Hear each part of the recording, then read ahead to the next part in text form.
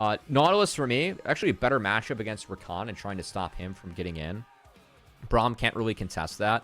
And also a better lane matchup. Top laners tricked you there for a second. They do, you know, as a play-by-play, I just can't process it.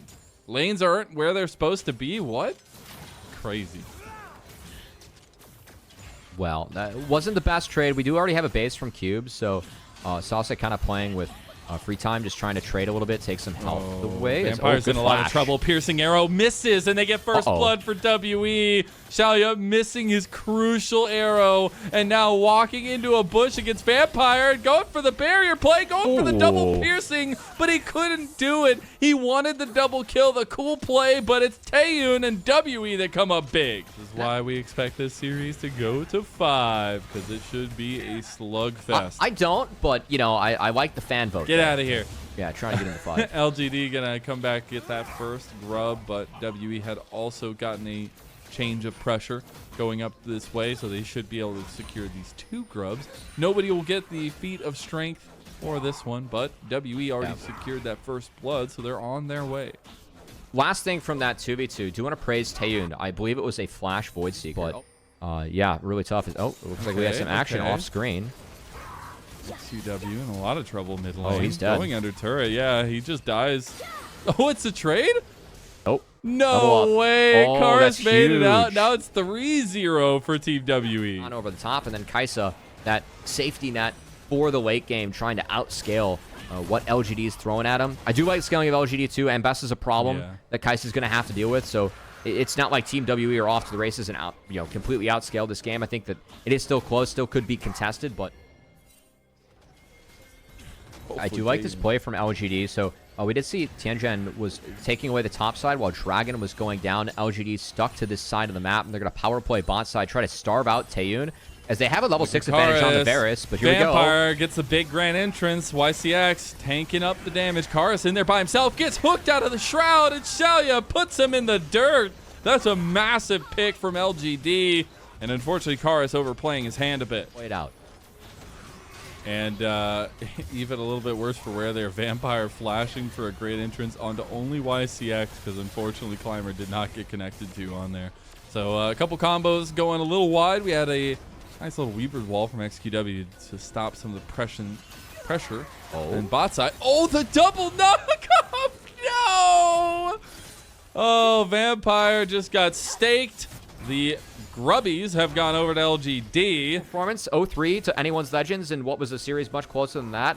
You're not going to ride that home to the bank. Doesn't mean too much in LPL. And still losses, but playing this well against Team WE, that is something you can write home about. As Dragonfly might break even. out. Yep, Dragon is 2,000. Climber's in there. He's going to kick him out. Yep. No, I saw that coming from a mile away. And so did Tianjin. He gets bouncy castled into a death, and honestly, that's a little bit of toughie right there. Karis goes in for a combo. YCX is already down. Look at that damage. Taeyun goes, finds the back line. Xiaoyu getting low. He's down. Xiaoyu going down. Now Karis still having an angle here, but Climber goes in, shuts him down. XQW throwing some rocks, and we got Cube not moving in the middle of the fight, and that's it. Sometimes you have to question why the pause is initiated. That time we didn't. Cube was not moving, and that not moving. Welcome back, everyone. We just went straight back in. Bug or no bug, WE can't do anything about it, I guess. And so Cube is just left to the wolves, and LGD win the fight. I'm not sure if we're going to get a replay on this one. Frankly, I think the first time around, the WE fight looked a little bit more promising. Leah rocks, which between the Unraveled Earth and the Q spam, nice fight for LGD, and I mean, this is very LGD favored. It is. Now they'll actually get the Rift Herald as well. Feels a little bit bad. I don't know. We'll try not to dwell on it too long, because the game. It does feel bad. I'm not. You're not wrong there, Savvy Mizel. It does feel pretty bad. They didn't get first turret though. Let's go. Progress. Wait, that means they got the feats. They just got the feats outright. Nice. Let's go, WE. Talisman's been seeing a little bit more play in this season, so a lot of focus on move speed from the Nautilus is going to get a nice pick on the Cube. Oh, they're going in. Sasa is in the middle of the fight. The double knock up there, and XQW just takes down Tianjin. No jungler means a free dragon, and that'll be sole point for LGD. I mean, this is just too easy for LGD where they took the fight. Team WE, they need angles. They need to find ways to get on the back line. The preemptive flash from Xiaoya to get out of the play, a free front to back, exactly what their comp wants to do, and play around the Varus.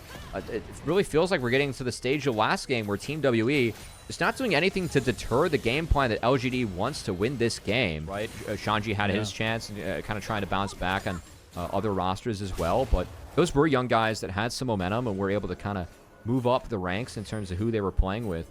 I don't know if the plan for LGD is to stick with these guys and pay them what they're worth as time moves forward, or maybe they're trying to, you know, sell them off to other orgs. Claims this one, and almost 3,000 gold up is LGD.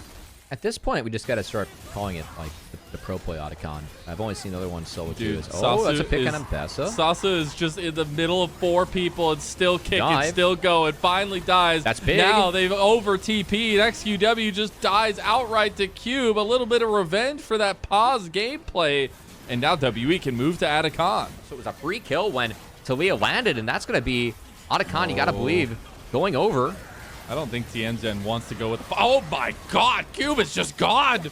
It's a YCX who kills him. Tianzhen now goes in for the backline, but he dies too! Big execution from Karis, though. He takes down Xiaoya, the last remaining damage. Unfortunately, Otacon has respawned, and LGD can answer. Got the health back. That's a good fight from LGD. Coming down here for LGD. That's just an Infernal Soul at 25 minutes, Cubby. I mean, even when things look the grimmest for LGD, still able to come out with a big objective. And pleasantly surprised as well as at Taeyun's movements and positioning in a lot of these fights. Oh, Vampire, okay. Oh, he gets publicly executed, but it's actually going to be caught there by Cube, who's tanking him up, but also got Chains of Corruption yet again, half his health gone.